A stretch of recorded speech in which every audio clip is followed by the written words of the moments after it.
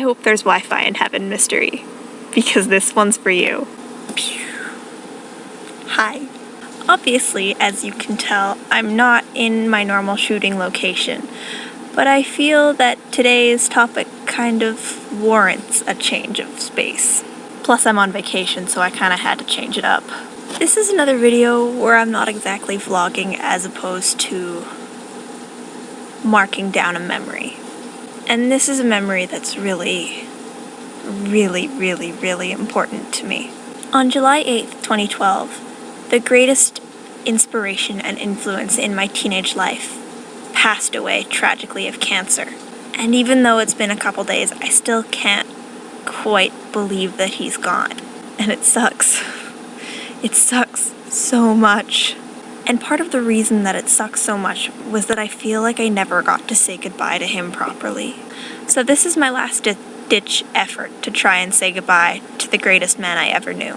So thank you, Mr. E, for changing my life. The day I realized you were my favorite teacher was one day during rehearsal for Grease. We were all kind of goofing around on the floor because it was the party scene in the second act that we were blocking that day. And every teacher should know that the minute you say, okay, sit on the floor, you've essentially lost control of your class. I remember you were having some trouble kind of getting everyone's attention, but finally you managed to tell Amberly, Brittany, and I to go off stage and bake cupcakes, because you always called Brittany and I the Cupcake Girls, a nickname that ended up sticking to us so well. And so we were all backstage kind of minding our own business, and some instructions got mixed up and someone got our wires crossed, and me, Amberly, and Brittany ended up back on stage kind of looking at you really confused. And you were still struggling to kind of tell everyone else what to do, and you didn't really notice us, and so we all kind of stood there awkwardly for a few minutes, waiting and wondering why we were there. And then finally you noticed us, and I just distinctly remember you kind of looking at me like this and saying, "Girls, what are you doing out of the kitchen? Get back in the kitchen!" And then you really lost control. But instead of kind of losing your cool and spazzing out like any normal teacher would have, you just kind of sat in your chair and laughed.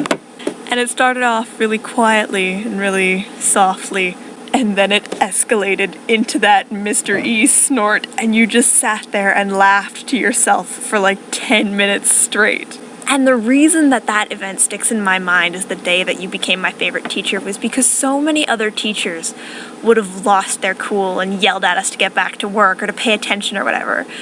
But you had the sense of humor to just sit there and realize that what you had said was ridiculous, and so you could laugh at yourself. And my sincerest wish during the last few months of your illness was that you would keep laughing. Because the mystery that everyone knew and loved was always laughing.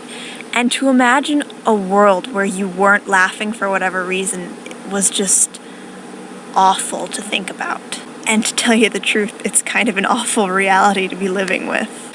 You impacted everyone that you ever came in contact with so strongly. When we went to Scotland last summer, you impacted so many people. One of my most vivid memories from Scotland was when we came out of the Crucible, and I'm bawling my eyes out, and the cast of the Crucible starts filing out of the theater, and everyone's going, "Oh, congratulations, congratulations," and you just looked the lead actor dead in the eye and pointed to me and said, "You made her cry!" The kids that I met there still talk about you, because they still remember you. And who can blame them?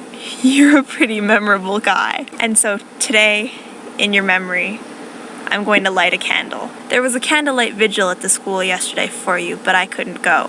So this is me, lighting my candle of remembrance for a man that will never be forgotten. I chose this big jar candle because I knew that it would burn for a really long time. And really, what better way is there to celebrate such an important man than with such a big, important candle?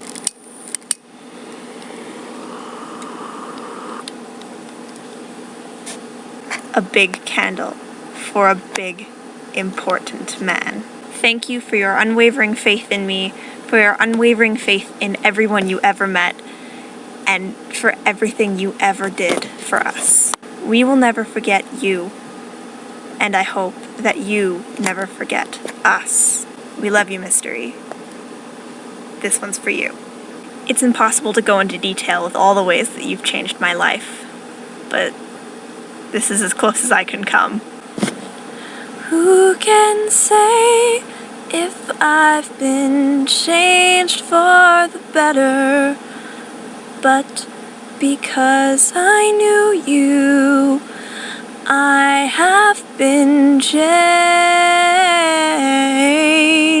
for good.